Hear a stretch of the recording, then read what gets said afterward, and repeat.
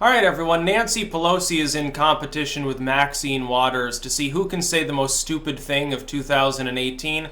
Pelosi has just taken a little bit of an edge. Like, her former comment about tax cuts was basically, oh, this is peanuts, doesn't matter. And it's like a lot of people are like, what the fuck? It's a significant tax cut. When she talked before last month about the jobs reports, and she said, well, whoop-de-doo basically, but wages aren't rising fast enough, and people thought it was callous, because it's like, hey, more people are back to work. That's a good thing for the country. Generally speaking, less unemployment to pay to people, unemployment benefits and stuff, saving money on that end, thus for other taxpayers. Now, people hopefully are being able to make a living. Some of those jobs now are actually middle class, as opposed to like minimum wage positions as they were for almost a decade. Basically, most of the job creation for the first 6 years of the recovery was minimum wage. At the end of Obama's second term, you start getting some of the better jobs in. And now since Trump's taken control, that number has continued to rise much more quickly. Jobs reports comes in.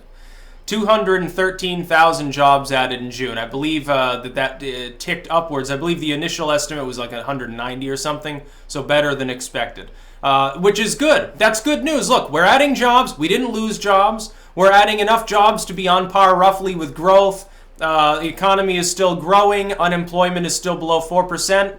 Things are generally going well. The stock market hasn't collapsed. In other words, everything Krugman thought would happen, the opposite happened.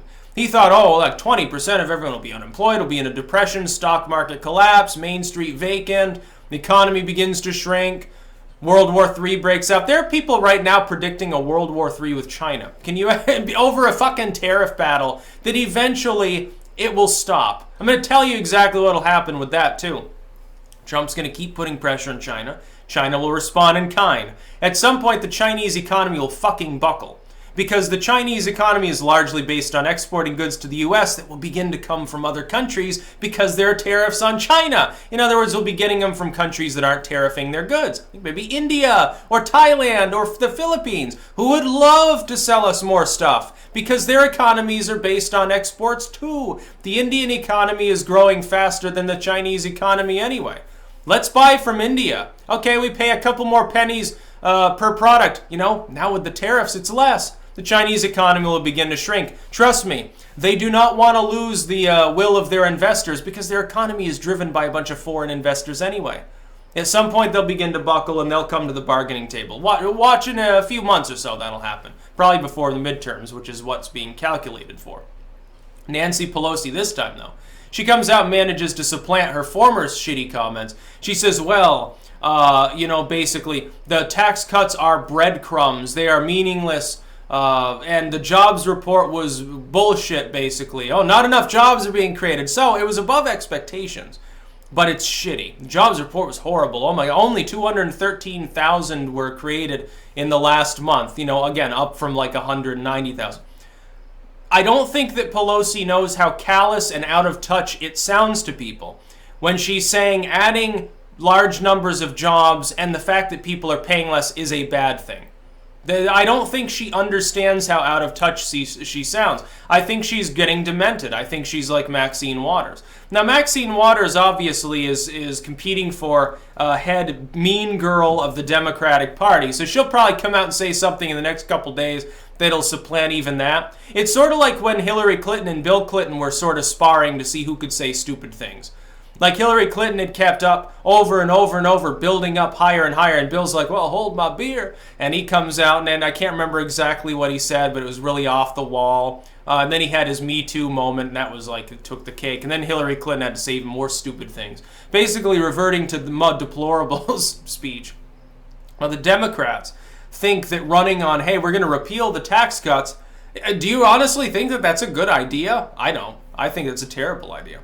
So essentially, your platform right now has 3 planks. Number 1, we are not Trump. Number 2, we want you to pay more in taxes. Number 3, we want to legalize 8 million people. Yay! Vote Democrat because we're less sane than the other people. Yay! Vote Democrat, we're dumb. Vote Democrat because you're a bigot if you don't. It's basically what it boils down to. Nancy Pelosi's nuts. I'm not surprised that the far left of the Democratic Party fucking hates her and wants to see her gone. And Nancy Pelosi, I'm not sure, I understand why she's mad. She wants to be the House Majority Leader, but she's not. She's the Minority Leader. I don't know why they allow her to continue in that position anyway. Why the fuck is she even leading the House Democrats? She's obviously not showing leadership. Like Chuck Schumer shows considerably better mental state than Nancy Pelosi. It's weird. Even Tom Perez, at least he has the intelligence not to talk all the time. Every time Nancy Pelosi says something, it's nuts. Ever since the moment when she came out and said, well, you have to pass the Obamacare to see what's in it. Ever since that point, basically, it's been one long, unhinged rant by Nancy Pelosi. It's nuts. She is insane. I think she's actually demented. You know, when you've got a Congress that consists of people whose average age is in the early 70s, some people are going to hold on a little bit past their prime, if you know what I'm saying. Like, it's like Rand is like, 50-something. He looks like a fucking spring chicken. He's like the most fit man in Congress at this point. Doesn't that bother people slightly? Go back to maybe the post-revolutionary period, and people are like, yeah, I'm like fucking 30 or something. It's like maybe they had better ideas because of that fact. Although I'm not sure that I'm looking forward to having a bunch of millennials in Congress. Thankfully, by that point, they too will probably be in their fucking 70s, so maybe not as big of a problem. They'll be like old hayseeds and stuff. It'll be funny. Nancy Pelosi's like, oh, you fuck your tax cuts. Fuck your crumbs, basically, you fucking peons, little slaves. It's what she really wants to say is that you're below me. I'm a multi-millionaire. I'm a big person, just listen to me. If you don't vote for me, I'm benevolent and all-encompassing, and you're just dumb because you're poor. You shouldn't have a job because you're deplorable. Why doesn't she just say what she really feels? I always look forward to the day that some politician's going to go rogue, right?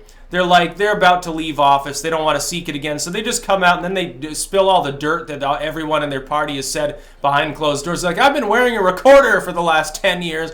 I'm going to tell you what they said. I'm going to plop the audio on fucking YouTube. So have fun, people. It's like 17 hours long, but you'll get the idea. I'll have my grandson cut it up because fucking I don't know how to use a laptop. That's probably what'll happen. It'll be hilarious if that does.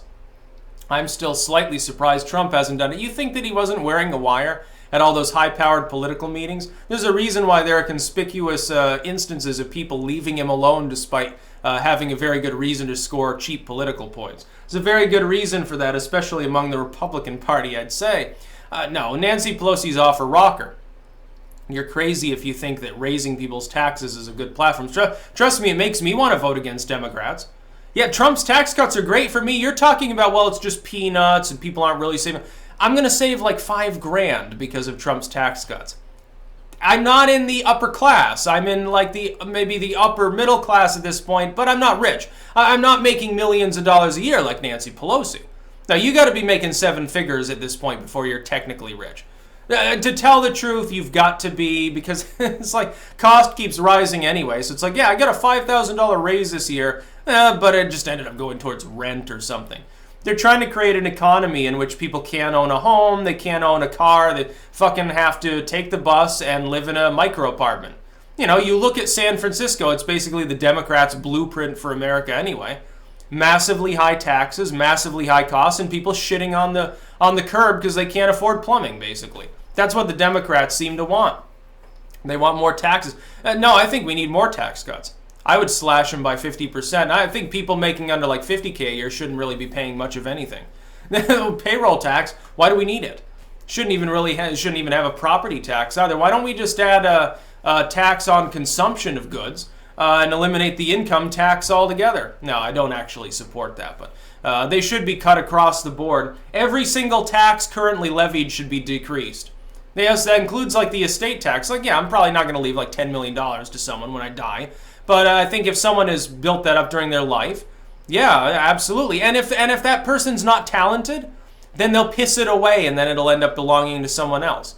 It's like you leave something, like, I'm leaving you my $250,000 home. And they're like, well, rad, dude. And then they're total waste of life and they can't afford it, so then they have to sell it. Well, then someone else buys it. Well, the free market fixed it now. No, I don't believe in massive estate taxes. You're just taking money out of the private economy. It'll shift hands between private individuals and putting it in government hands. Government doesn't need to tax money 5 or 6 fucking times before it even leaves your wallet. That's what ends up happening. There's a tax on the business and on the income of the business and on its holdings. Then the employee gets taxed.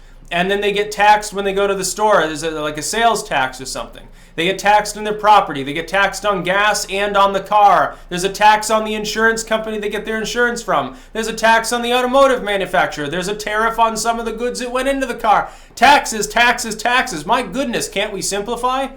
Why don't we just simplify the tax code so it's basically one person, one fucking tax? Eliminate everything else. Why don't we move to that sort of system? Something fair, in a flat tax, in a graduated sense, I suppose. Now, let's figure out a better way to do things. Nancy Pelosi's got the opposite of reform on her mind. She just wants to remove the taxes. So basically, you want to restore the mandate. You know, if you're making, whatever, upper 5-figure salary a year, that's several $1,000s, Nancy. That's a lot of money. Maybe not to you. To us fucking normal peons here, us little carrot farming serfs, $2,000-$3,000 is a decent chunk of change. I would much rather take that money and put it towards my student loans so that I have less debt, so that I have more income, so I can add more to the economy by spending it on other things. That's good for the economy. One thing that's holding our economy back is the student loan fiasco. Someone's making $500-$600 a month payments. It's $500 or $600 that they're not investing in the financial sector. Maybe they put it in the stock market. They've got it in a mutual fund. They bought a fucking bunch of chocolate bars because they're fat. Who knows? At least they're consuming. It's still moving around. It's not stagnant money. It's not stagnant. Some monthly payment they'll make for the rest of their fucking lives. I'm making more than my minimum student loan payments. Trust me, I'm paying that down as quickly as possible. At the end of this year, I'm saving up as much as I can. At the end of the fiscal year, when I file my taxes, I expect to have some thousands of dollars left over after paying them. Every penny going to student loans. I'm not dumb. I'm going to pay those. Somebody tried to give me financial advice, and they're like, no, just do the minimum payments because it's just low interest debt. And I'm like, you've got to be kidding me. You've got to be kidding me thinking that that's a good idea. That's why people are still paying their student loans after 30 years. No, thank you. I don't celebrate the fact that there are people in that position. I mourn them. Trust me, I know how it feels. Because for years, I couldn't make any student loan payments, and the debt slowly builds up. And it may not be as bad as credit card debt, all things considered, but yeah, it's a lot. Most people aren't actually 30 grand in credit card debt. Some people are. I don't know how they get to that point. As far as student loan debt, yeah, if you went to college, you probably are. Some people have 100 grand in student loan debt. Okay, well, let's say that the interest rate's only a couple percent. It's still thousands of dollars. Making your minimum payments, yeah, I'm paying the minimum. It's $700 fucking dollars a month. It's nuts. It's insane. So yeah, I'm gonna try to get rid of that shit as quickly as I can. Nancy Pelosi is completely fucking irredeemable. She's the real irredeemable. A rich, batty, old Alzheimer's-ridden woman trying to lecture others about how they should pay more fucking taxes. No, you should pay more, Nancy. You go ahead. Instead of that, why don't you set up a voluntary system where people like you who make shit tons of money off the taxpayer dole largely as well, where you're encouraged to pay double the normal tax rate so that you can help make up for the loss of having tax cuts? Or why don't you think about cutting some programs other than ICE? The Democrats are like, well, we're going to abolish ICE. We're going to get rid of it. Okay, and save some money. Why don't you do a tit for tat and get rid of the EPA that obviously doesn't do anything? They're like, oh, yeah, this glyphosate causes leukemia. We're going to muzzle the study. Okay, why do we have an EPA then? It's not protecting the environment. Department of Education doesn't educate anyone. The CIA isn't intelligent. It was a slight joke there. Please don't assassinate me. Yeah, you've got a situation where we've got all these fucking alphabet soup agencies that basically do nothing for our country. Yeah, we could cut taxes by 50% if we just laid waste to the bureaus. That's about all. Peace out.